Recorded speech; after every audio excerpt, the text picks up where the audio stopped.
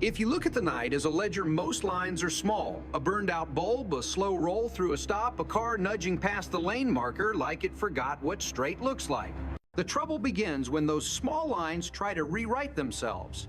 A pickup eases off a main road with no red glow from the rear, and what should have been a conversation about a taillight becomes a ricochet of bad choices. The deputy asks for license and insurance. The driver, nervous, sweating, insisting he just has a little weed, decides that distance is a defense and pins the accelerator. He doesn't make it half a block before a parked car ends the argument with a crunch. What follows is both familiar and quietly tragic. Hands up a voice pleading that the issue was minor, the officer explaining that it would have stayed minor if the brakes had done their job and the driver had done his. The cuff clicks aren't cruel, they're matter of fact. No one wanted to crash or tow a booking sheet with fleeing and property damage. But that's what panic purchases at midnight of payday for consequences that would have been cheap to avoid. In another neighborhood, a warrant laces through fences and hedges until it points to a backyard that pretends to be empty. Deputies don't knock on doors when heat signatures answer faster. They move quietly and find a shape where there shouldn't be one, folded into a child's plastic playhouse, as if toy walls could keep reality out. The man they pull free has the rehearsed honesty of someone who knows the dance. He's been using fentanyl again. He missed court. He figured the playhouse was safer than flight. He critiques the team's noise discipline, blaming a jingle of keys for his capture. He dismisses medication, assisted treatment as trading one dependency for another.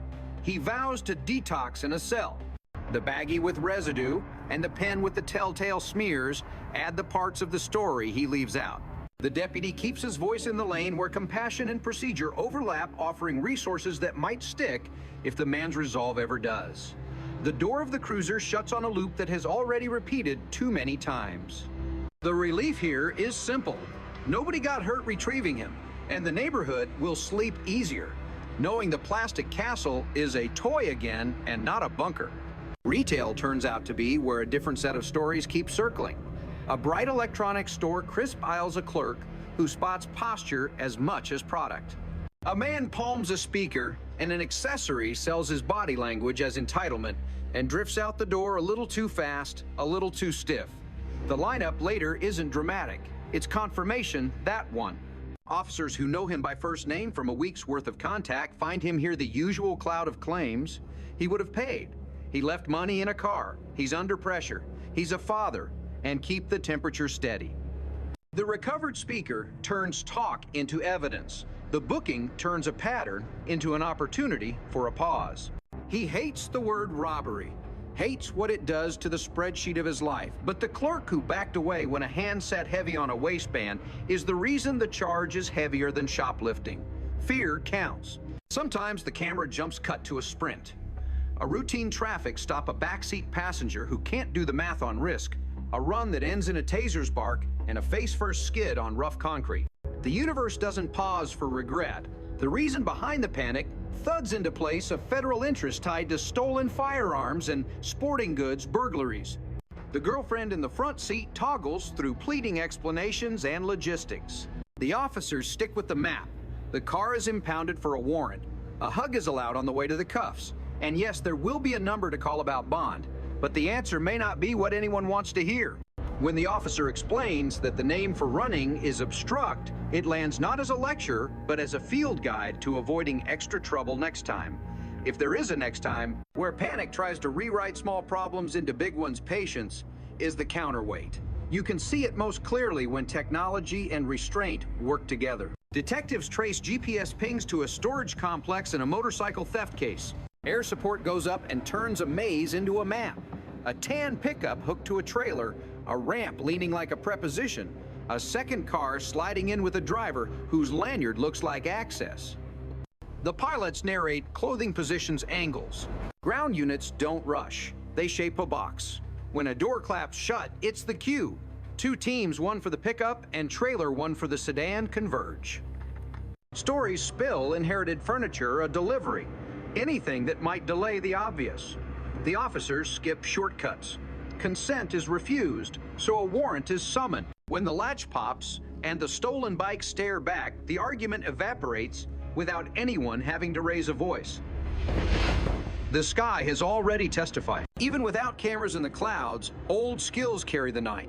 After a pursuit ends with a bailout and a body drops out of a car onto the dark edge of a canal, tracking becomes a discipline of calves and lungs.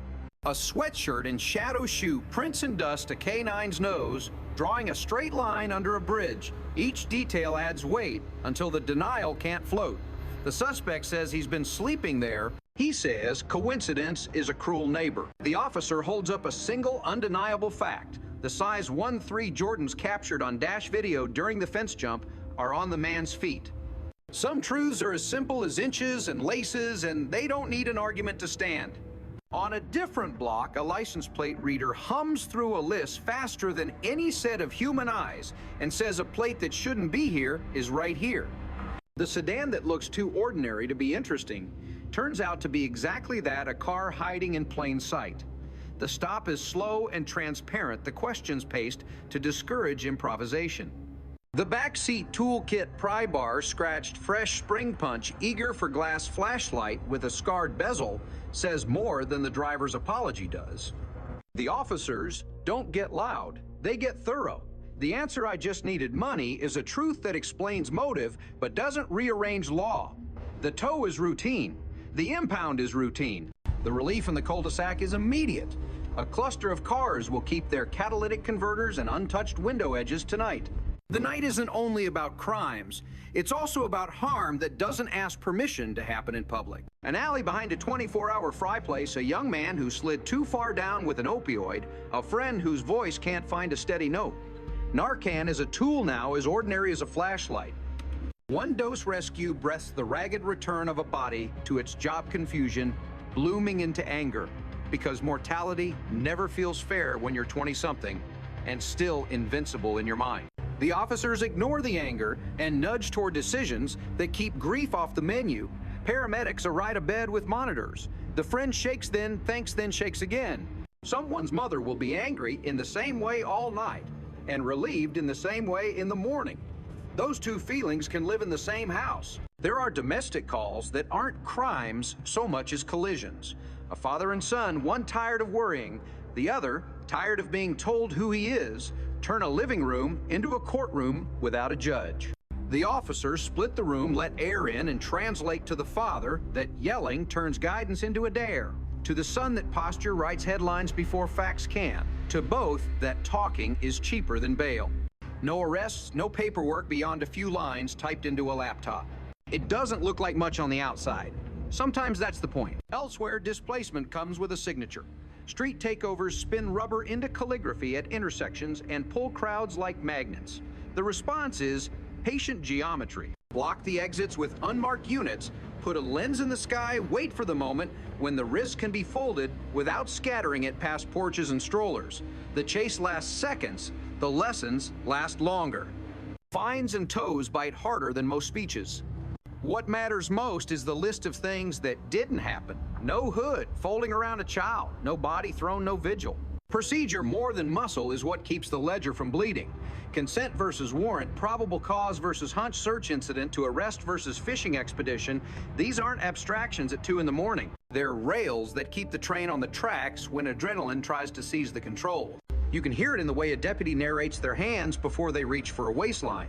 In the way a sergeant says, "We'll wait for the paper," instead of jamming a lock and gambling on a technicality. In the way a rookie's voice stays even. Because someone made them practice the sentence that starts with, "Here's what's going to happen." Some scenes are about recovery more than arrest. A park bench holding 2 men and 1 duffel that doesn't belong to either of them becomes a mobile inventory of other people's bad evenings, laptops, tablets, fancy headphones, a laser engraver. You can't explain away as a spontaneous yard sale find. Serial numbers behave like homing pigeons. One points to a burglary, another to a car break-in at a gym lot. The quieter man starts talking when the numbers do his stories, collapsing as quickly as they arrive. He is cuffed without drama. Someone sleeps a little better because a screen that held family photos will have them again by morning. There is also the small craft of dignity. An eviction standby isn't a rescue, but it doesn't have to be a humiliation.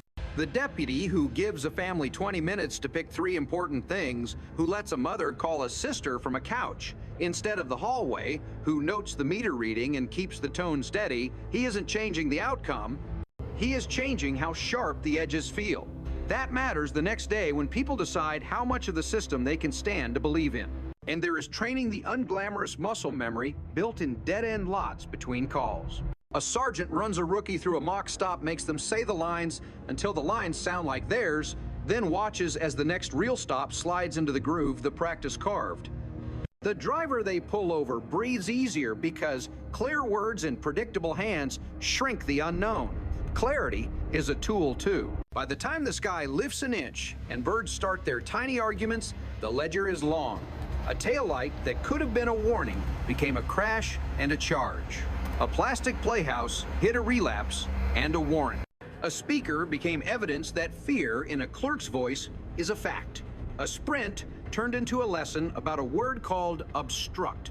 Breadcrumbs on a screen led to stolen bikes behind a locked door that opened only when papers said it should. A K9 reminded everyone that scent beats story. A toolkit confessed more eloquently than its owner. A small bottle called Narcan turned a funeral into a hospital bed. A family didn't break. A crowd didn't burn rubber into tragedy. A bench gave back what a door had lost.